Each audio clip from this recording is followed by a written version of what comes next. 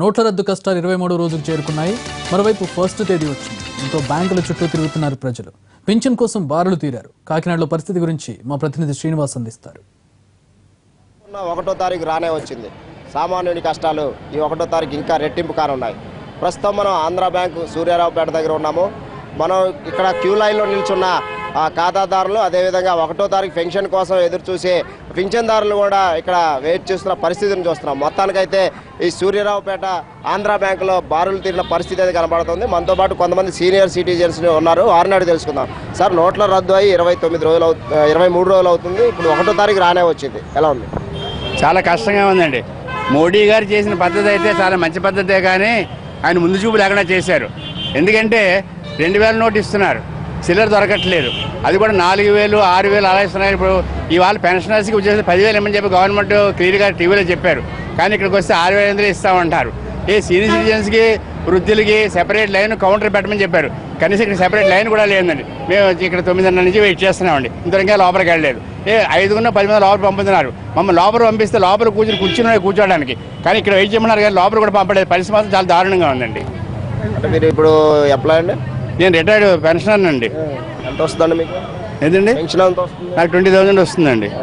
ఇప్పుడు ఎవరు చెప్పారండి 6,500 ఇస్తామని చెప్పి? ఇక్కడ చెప్పారు. అక్కడ గార్డు గారు చెప్పారు 6,500 ఇస్తారు, రాసుకోమని చెప్పారండి. సార్ వాళ్ళు 6,500 రాసుకోమని చెప్పారు. 10,000 ఇవ్వట్లేదని చెప్పారండి. అది మీరు చెప్పండి అమ్మా, ఎక్కడి నుంచి వచ్చారు? మాది రామకృష్ణారావుపేట అండి.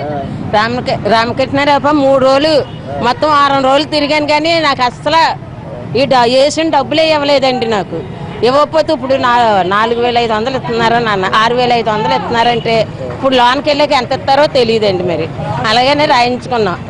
మరి చాలా ఇబ్బంది అయిపోతుందండి బాబు. నయంలో ఉండటం చేయడం వారం రోజులు బట్టి తిరుగుతున్నాను నేను. తిరుగుతున్నా సరే ఇప్పుడు ఇంకా డబ్బులు ఇవ్వలేదు నాకు. నిన్నైతే ఏడుపు వచ్చేసింది నాకు. అడగండి, వాళ్ళు కూడా చూశారు. దగ్గరికి రాబోతాడు డబ్బులు లేవనిసారు అంతే. మరి ఏం చేస్తాం? మా డబ్బులు వేసుకొని మేము తిప్పలు పడుతున్నామండి. ఇంకా మొత్తానికి చూసుకుంటే పెన్షన్దారులు చాలా కష్టంగానే ఉందని చెప్తున్నారు. మొత్తం మీద ప్రభుత్వం 10,000 తీసుకోవచ్చు అని చెప్పినప్పటికీ కూడా బ్యాంకులో కస్టమర్లు 6,500 వరకే ఇస్తామని చెప్తున్నారు. సీనియర్ సిటిజన్స్కి సపరేట్ లైన్లు కూడా ఏర్పాటు చేయట్లేదని సీనియర్ సిటిజన్ చెప్తున్నారు. మొత్తం మీద ఇంకొంతమంది ఉన్నారు. వారిని అడిగి తెలుసుకుందాం. సార్ చెప్పండి, 1వ తారీఖు రానే వచ్చింది. అంటే 1వ తారీఖు ఆల్రెడీ 23 రోజులు అవుతుంది. 1వ తారీఖు వచ్చింది. ఇప్పుడు రెంట్లు కట్టాలి, పాల ప్యాకెట్లకి ఇది కట్టాలి. అది ఎలా ఉంటుంది? అడుక్కున్న వాళ్ళు టైప్ మంచినీళ్ళు కూడా పెట్టట్లేదు. కనీసం బ్యాంకులో మంచినీళ్ళు కూడా ఇవ్వట్లేదు. రోజు ఇదే తంటు. చాలా బాధపడుతున్నాం. రోజుని అమౌంట్ ఎంత ఇస్తున్నారు? 6,500 అండి. రోజుకు ఒక రకంగా 2,500, 3,500, 4,500 ఒక్కొక్కసారి ఒక్కొక్కలాగా అడుగుతుంటే ఏమన్నా అంతే ఇస్తామని అంటున్నారు. కాలితే తీసుకొని లేదా తెలిపండి.